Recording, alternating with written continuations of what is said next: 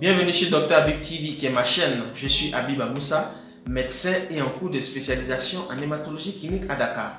Bienvenue sur Dr Habib TV qui est la santé africanement vôtre, qui est notre slogan. Dans cette vidéo, nous sommes allés vers une spécialiste qui nous a édifié sur certains points de difficulté d'exercice de sa spécialité dans son pays. Est-ce qu'il y a un nombre suffisant de spécialistes dans ce domaine et comment la population réagit ou a un ressentiment par rapport à ce domaine? C'est ce qui va suivre dans cette vidéo. Si vous venez d'arriver, je vous invite à vous abonner et à cliquer sur la cloche de notification pour ne rien rater de nos vidéos dantesques. On se dit à tout à l'heure. La vidéo c'est par là. C'est parti. Bonjour à tous. Bienvenue sur la chaîne Dr Habib TV. Habib Moussa, votre serviteur. Et aujourd'hui, on va ouvrir le premier balai du volet santé en Afrique. Comme je vous ai dit, il faut qu'on aille voir les praticiens, leur poser des questions sur leur vécu en Afrique. Donc aujourd'hui, on reçoit Dr Olga Porquet, qui est psychiatre, et nous allons lui poser quelques questions auxquelles elle voudra bien sûr nous répondre. Dr Olga, bonjour. Définissez-nous la psychiatrie, s'il vous plaît. Bonjour Habib. Alors la psychiatrie est une spécialité médicale qui permet de prévenir, de traiter, de diagnostiquer et de traiter les affections mentales. Donc déjà pour être psychiatre, il faut être médecin. Qu'est-ce qui vous a poussé à aller vers la psychiatrie? Alors, comment je me suis retrouvée en psychiatrie? Déjà, en 6e année, il nous est demandé de choisir 3 services dans lesquels nous allons effectuer nos stages durant toute l'année. Et le service de psychiatrie était le 3e service. J'y suis allée moi-même pour surmonter ma peur des malades mentaux. Et je ne suis plus partie de ce service. Maintenant, pourquoi est-ce que je suis restée en psychiatrie? Je trouve que la psychiatrie est une spécialité qui prend en charge, mais qui prend en compte vraiment le malade dans sa globalité. On tient compte de ses symptômes, c'est vrai, mais on tient compte également de l'environnement dans lequel le patient évolue. La relation humaine est vraiment au cœur de la pratique en psychiatrie. Et concernant la sémiologie psychiatrique, au niveau clinique, c'est très varié. C'est très varié, il n'y a pas de monotonie et il n'y a pas d'automatisme dans la prise en charge du patient. Ça peut être le même traitement, mais chaque patient est unique, chaque patient est différent concernant la prise en charge. Bon, parlez-nous un peu de votre parcours. En 2002, après l'obtention de mon baccalauréat, j'ai eu envie de partir, de découvrir autre chose, de me couper de l'environnement familial et puis faire mes armes, comme on dit. Donc c'est ainsi que je suis arrivée au Sénégal, où j'ai fait mes 6 premières années de médecine sans trop de difficultés. Et puis après la 6e année, quand j'étais déjà au service de psychiatrie, on m'a proposé de faire la première année de spécialisation, qu'on appelait à l'époque l'année de probatoire. Et on me permettait même de faire cette première année de spécialité-là sans pour autant avoir soutenu le doctorat. Et à la fin de la première année de spécialisation, il y avait la possibilité pour moi de passer le concours d'internat qui était une ouverture sur une éventuelle carrière universitaire. Donc la difficulté avec le concours d'internat, c'est qu'il y avait une seule place pour les étrangers et les autres places étaient destinées aux Sénégalais. Donc voilà, nous nous sommes inscrits et puis c'est ainsi que j'ai réussi au concours d'internat en étant major de ma promotion. Et puis j'ai continué mon internat pendant 4 ans au Sénégal. Mais pendant que je faisais mon internat de psychiatrie, j'étais très intéressée par une surspécialisation, en l'occurrence le psychotrauma. Le psychotrauma, pourquoi? Parce que mon pays, la Côte d'Ivoire, avait vécu les crises militaro-politiques et le peuple était en souffrance par rapport à ça. Et malheureusement, les psychiatres présents étaient très peu outillés en termes de psychotrauma. Donc c'est une surspécialisation qui m'intéressait depuis longtemps, mais malheureusement il n'y avait pas la possibilité de la faire au Sénégal. Donc renseignement pris, à la fin de mon internat, je suis partie en France, où je me suis inscrite à l'université de Paris 5 pour faire le psychotrauma. Donc j'y suis restée 1 an, et pendant que j'étais en France pour cette formation-là, j'étais en même temps faisant fonction en interne dans un hôpital en Normandie, à l'hôpital de Dieppe.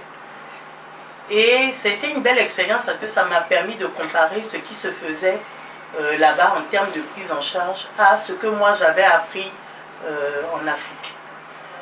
Donc après 1 année en France, j'ai décidé qu'il était temps pour moi de quitter la France, de quitter le Sénégal et de rentrer définitivement en Côte d'Ivoire pour me mettre au service de mon pays. Je n'étais pas intéressée par la vie en France parce que j'estime qu'eux, ils ont ce qu'il faut en termes de ressources humaines et en termes de ressources financières pour pouvoir prendre en charge toutes ces pathologies mentales. Alors que chez nous, c'est encore difficile. Voilà. Donc il fallait à tout prix que je rentre en Côte d'Ivoire. Nous voulons aussi vous demander quel est l'état des lieux de la santé mentale en Côte d'Ivoire et en Afrique de façon générale. Est-ce que cet état des lieux est reluisant, tout en sachant qu'en Afrique, cette partie de la médecine est plus ou moins le parent pauvre? Est-ce que l'état est plus ou moins, on va dire, si vous devez donner une note, est-ce que c'est passable? Est-ce que ça va aller? Qu'est-ce que vous en pensez en Côte d'Ivoire et en Afrique de façon générale? Alors je dirais que la situation de la Côte d'Ivoire reflète assez bien celle de l'Afrique en général, dans la mesure où déjà en termes de spécialistes, nous sommes très peu nombreux. Figurez-vous que nous sommes à peine 40 psychiatres pour toute la Côte d'Ivoire, pour près de 22-23 millions d'habitants. Ce qui nous fait à peu près un psychiatre pour 340-350 000 habitants, c'est vraiment peu. Ou bien encore, concernant les pédopsychiatres, il y a environ 6 pédopsychiatres en Côte d'Ivoire pour tout le pays. Ça nous fait un pédopsychiatre pour environ 1 500 000 habitants. On est vraiment loin des conventions internationales, on est loin de toutes les recommandations internationales. Concernant les infirmiers et les sages-femmes spécialisées, ils sont à peine 80 pour toute l'étendue du territoire. Donc la situation est la même partout en Afrique. Elle est très peu reluisante. L'État investit difficilement dans la santé mentale. Je vais me faire taper sur les doigts peut-être, mais parce que la maladie mentale n'est pas visible. C'est difficile de montrer à la télévision, par exemple, voilà ce qu'on a fait, il y a eu tel problème au niveau de la santé mentale et voilà l'évolution. C'est pas visible, c'est pas comme en traumato où il y a une fracture, il y a une plaie. L'État vient, l'État donne un financement pour prendre en charge cette plaie-là et puis après on peut constater l'évolution. Donc la psychiatrie est réellement négligée. Et autre problème, on attend toujours la dernière minute ou les situations de catastrophe pour regrouper les psychiatres, pour pouvoir trouver les solutions. Par exemple, jusqu'aujourd'hui, il n'y a toujours pas de cellule d'urgence médico-psychologique pour faire face aux situations de catastrophe ou bien aux attentats ou aux conflits armés. C'est toujours à la dernière minute qu'on va regrouper les psychiatres pour leur demander d'aller intervenir. Et même concernant l'intervention, une prise en charge en psychiatrie, ce n'est pas comme une prise en charge d'un paludisme. On ne peut pas dire la prise en charge va durer 3 jours. On évalue à court, à moyen et à long terme. Et parfois, on n'atteint jamais le moyen terme, à plus forte raison le long terme. Donc, effectivement, la psychiatrie est négligée en Afrique. Nous savons que la perception de la maladie mentale chez l'Africain est totalement différente de ce qui se voit en Europe ou même en Asie. Parce que nous avons nos ethnies, nos rites. Chez l'Africain, c'est plutôt lorsqu'on dit que vous êtes celui-là est fou, elle est folle en guillemets, on va dire ah non, il y a un esprit qui est là, il a rompu un interdit et tout ça et tout ça. Est-ce que en Côte d'Ivoire vous auriez entendu qu'il y a des des genres de collaboration entre les psychiatres et les médecins traditionnels, comme ça se voit par exemple en Casamance, au centre psychiatrique de Kenya, ou à Bamako, où moi ou nous aurions entendu qu'il y a une forme de collaboration entre les psychiatres et les praticiens. Alors oui, il existe des relais traditionnels et ces relais traditionnels-là ont toujours fait partie de la vie du patient, même quand on prend l'itinéraire thérapeutique des patients psychiatriques. En général, la psychiatrie moderne est même le dernier recours. Donc, de ce fait, des psychiatres ont depuis longtemps décidé de travailler avec les praticiens, ce qui permettait de mieux circonscrire justement la prise en charge de ces patients-là. Et j'en veux pour preuve même que le programme national de santé mentale est voisin du programme national de médecine traditionnelle. Même si aujourd'hui, nous, jeunes praticiens, intégrons de moins en moins la médecine traditionnelle dans la prise en charge de nos patients, mais nous tenons compte quand même des croyances des patients, de leur réalité, parce que pour un patient qui se dit que ce qui lui arrive est lié au fait qu'il n'a pas effectué un rituel dans son village, le fait de laisser le patient retourner à ce rituel-là après l'avoir stabilisé permet vraiment de créer d'apaiser cette tension psychologique-là chez le patient. Voilà. Bon, docteur Olga, est-ce facile d'être psychiatre en Afrique? Bon, je dirais que la maladie mentale a toujours été stigmatisée, hein, et ce n'est pas seulement lié à l'Afrique, c'est lié au monde entier. Lorsque vous dites déjà que vous êtes psychiatre, la question qui arrive, c'est pourquoi ce choix de spécialité? Il y avait plein d'autres spécialités, pourquoi choisir de traiter, entre guillemets, les fous? Donc ce n'est pas aisé, mais il est de notre devoir à nous psychiatres justement d'informer, de sensibiliser les populations sur le rôle que nous pouvons jouer auprès d'elles. Dire que le psychiatre, ce n'est pas celui-là qui soigne le fou. D'ailleurs, moi, à l'université, je n'ai pas appris une matière qui s'appelait folie, comme j'aime tant à le dire. Ce n'est pas celui-là qui soigne le fou, mais c'est celui-là qui peut apporter une aide au patient qui est en proie à une souffrance morale. Voilà. Donc, ça reste une spécialité très passionnante. Moi, c'est ce que je préfère surtout retenir de la psychiatrie. Nous arrivons bientôt au thème de notre petite interview. La dernière question avant de clôturer, ce sera: est-ce que vous avez des projets pour améliorer la santé mentale en Côte d'Ivoire? Parce que selon nous, nous voyons que les gens sont plus concentrés à Abidjan.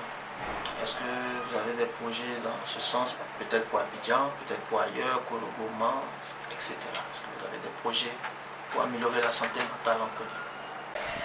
Alors, des projets, des souhaits, oui. Ce serait déjà qu'il y ait davantage de spécialistes parce que la tâche est ardue, le besoin est immense, même si parfois les gens ne s'en rendent pas compte. Mais il nous faut des spécialistes en santé mentale pour prendre en charge cette population qui est en souffrance.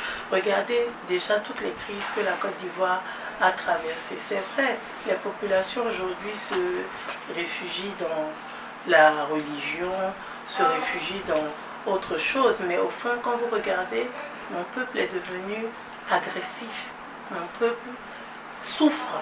C'est ce qui explique cette agressivité. Donc, il y a la nécessité de spécialistes pour prendre en charge toutes ces populations en difficulté. Et il faut également que l'État nous aide en investissant davantage dans la santé mentale. Il y a d'autres programmes, il y a le programme national de lutte contre le paludisme, il y a le programme national de lutte contre le VIH, mais il y a également la santé mentale qui a une importance et non pas des moindres. Voilà. Nous remercions Dr Olga pour ses nombreuses précisions et sa disponibilité à faire cette interview. Nous lui disons Medawase. Nous en ressortons édifiés sur l'état des lieux de la psychiatrie en Côte d'Ivoire. C'est le lieu de vous inviter, vous, vos proches ou vos amis, à aller voir des psychiatres, voir des psychologues lorsque le problème vous dépasse. Car on a toujours besoin d'aide et il faut toujours aller voir des spécialistes qui peuvent mieux vous orienter et mieux vous aider à vous prendre en charge. Si vous avez aimé cette vidéo, je vous invite à laisser un commentaire qui nous permet de nous améliorer, à vous abonner, à inviter vos amis à s'abonner, à partager et à cliquer sur la cloche de notification pour ne rien rater de nos prochaines vidéos qui s'annoncent dantesques. Je profite aussi pour vous informer que très bientôt, je mettrai à votre disposition dans la barre de description de cette vidéo ou des prochaines vidéos mon livre gratuitement Éclairage sur les maladies courantes qui avait déjà été publié en 2016. Je le mettrai gratuitement à votre disposition, téléchargeable en version e-book. Donc restez connectés, restez accrochés à Dr Habib TV pour pouvoir télécharger cet ouvrage qui va vous éclairer, comme son nom l'indique, sur des maladies courantes. Je suis également sur Facebook et Twitter où vous pouvez m'écrire, me laisser des commentaires ou des suggestions. Sur ce, on se dit à bientôt pour la prochaine vidéo. Cette fois, on dira votre santé, c'est votre mental. Ciao!